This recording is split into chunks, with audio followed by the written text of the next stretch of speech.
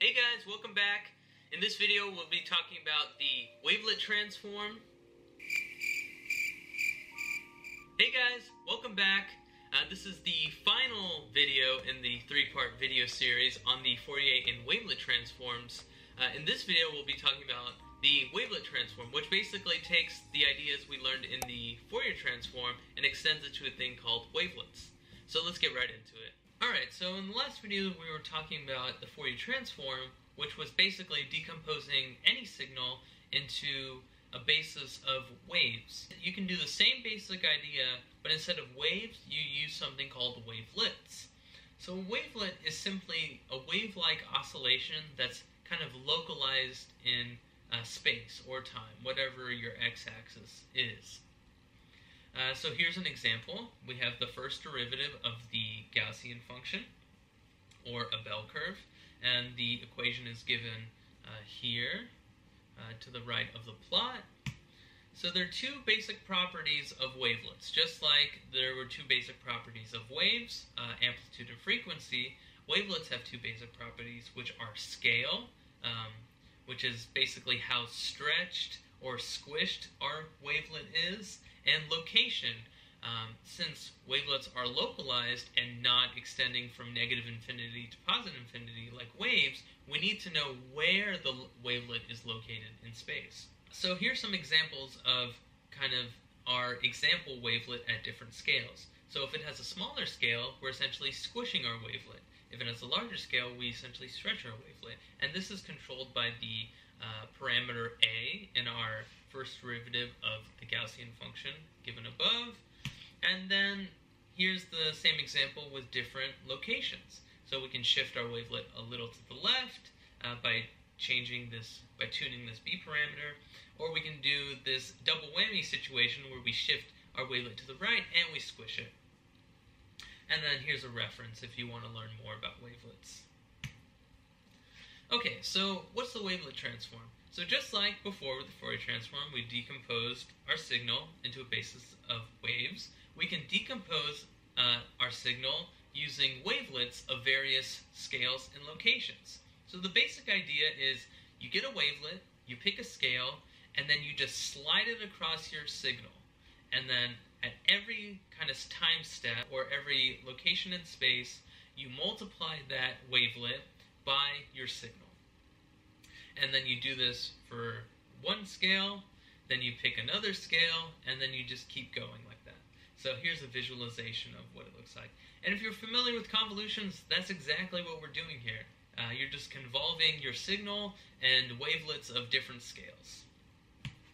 So why are wavelets useful if the Fourier transform is so powerful as I was going on and on about in the first video?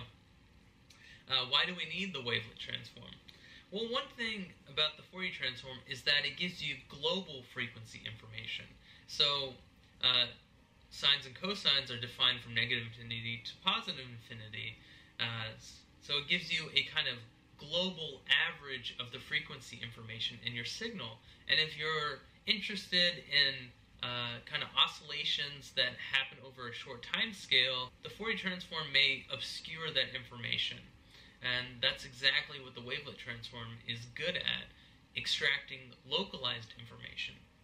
On the second point, the wavelet can not only extract the local spectral information, but it can also extract temporal information at the same time, which is really nice. So you kind of have this trade-off of frequency information and time information. But the wavelet transform is kind of like a happy medium of between those two. And there's also a variety of wavelets to choose from. So let's say the signal, the sub-signal inside of your audio signal that you're interested in has a characteristic shape.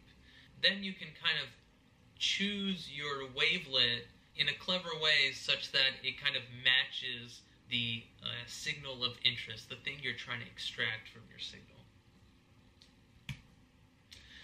And then this is just a lot of math. I'm not going to spend too much time here, but there are two basic kinds of wavelets. There's the continuous wavelet transform and the discrete wavelet transform. The major difference is the continuous wavelet transform, you pick basically every possible scale and location to do your wavelet transform.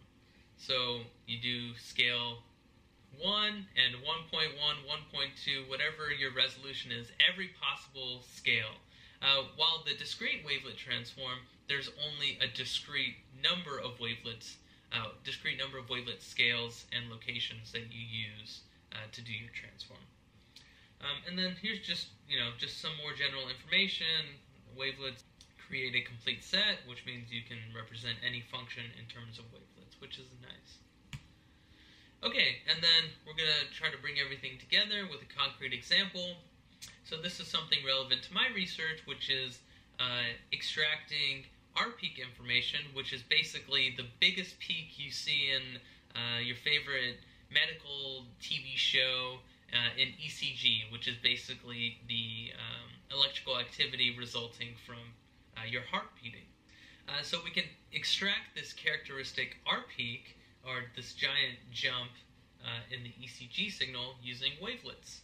So we're using a specific kind of discrete wavelet transform called maximal overlap discrete wavelet transform in this example. And you can find this example code with all the plots and a nice PDF of it at the GitHub linked here. Okay, so the first step is we do the wavelet transform. Here I picked a number of levels or number of different scales to be 6. And then we use the Sim4 wavelet for our wavelet transform. So at the top we have our original signal. You can kind of see the characteristic, the signal of interest, which is like this localized peak. That's the R peak we're interested in. But the signal is really noisy, so it's kind of hard to do a simple find peaks function to extract the R peaks. But if we do this wavelet transform, we can see at the first scale, the smallest scale, which will correspond to the highest frequency because our wavelet is very squished. It just looks like a lot of noise. So that's not really helpful. We go to the next scale. We can kind of see the R peak signal coming out a little bit, but still really noisy. The next scale is a little bit better. The fourth scale is kind of the Goldilocks. We see a really large oscillation near our R peaks, and then everything else is basically 0. So that's promising. And then we just keep going down. And then you can see for the largest scale, we have like this low frequency oscillation, which makes sense. Big scale means lower frequency. So the rest of the code is just making this plot here. So now we can reconstruct our signal using the inverse maximal overlap discrete wavelet transform. So that's what's happening here.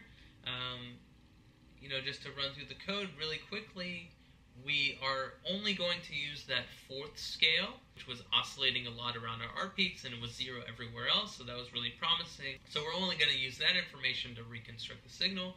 And then MATLAB and a lot of programming languages, there's probably equivalent functions in Python or R that let you do the inverse maximal overlap discrete wavelet transform in one line. So we're going to reconstruct it using only the fourth scale, the 2 to the 4th scale, and then we're going to use the Sim4 wavelet again.